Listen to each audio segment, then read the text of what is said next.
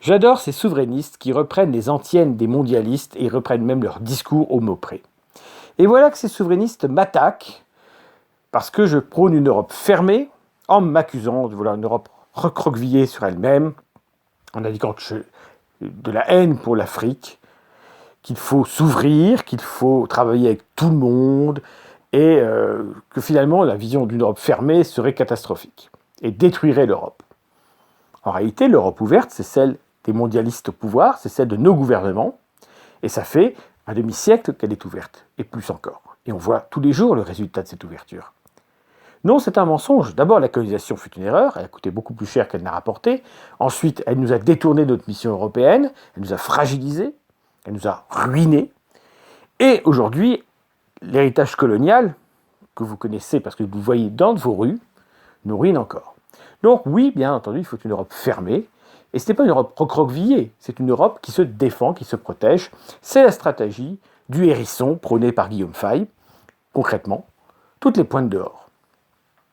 Et c'est ainsi que nous sauverons la situation européenne. Oui, il faut une Europe fermée et unie. Et bien entendu, une Europe fermée a nécessairement besoin de la Russie avec elle, en son sein, parce que nous avons besoin de cette indépendance technique, mais surtout des ressources que la Sibérie, par exemple, peut nous offrir. Donc, il n'y a pas d'alternative à l'Europe unie, et tous ceux qui tournent le dos à l'Europe la trahissent, que ce soit par atlantisme, en se tournant vers Washington, par eurasisme, c'est une conception fausse de la Russie qui l'amène à s'allier contre nature avec la Chine, et puis, évidemment, qu'on prône, par exemple, les liens avec l'Amérique du Sud, dans le cas du souverainisme espagnol, avec l'Afrique, donc, dans le cas du souverainisme français, avec la communauté des croyants, selon la conception chrétienne ou musulmane des choses. Tout cela amène à tourner le dos à l'Europe.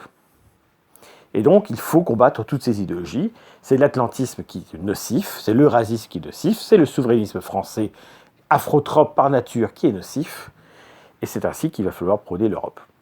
Voilà en tout cas ce que j'avais envie de vous dire, chers amis. C'est une réflexion spontanée que j'avais envie de partager avec vous. Sa pertinence, c'est vous qui en jugerez.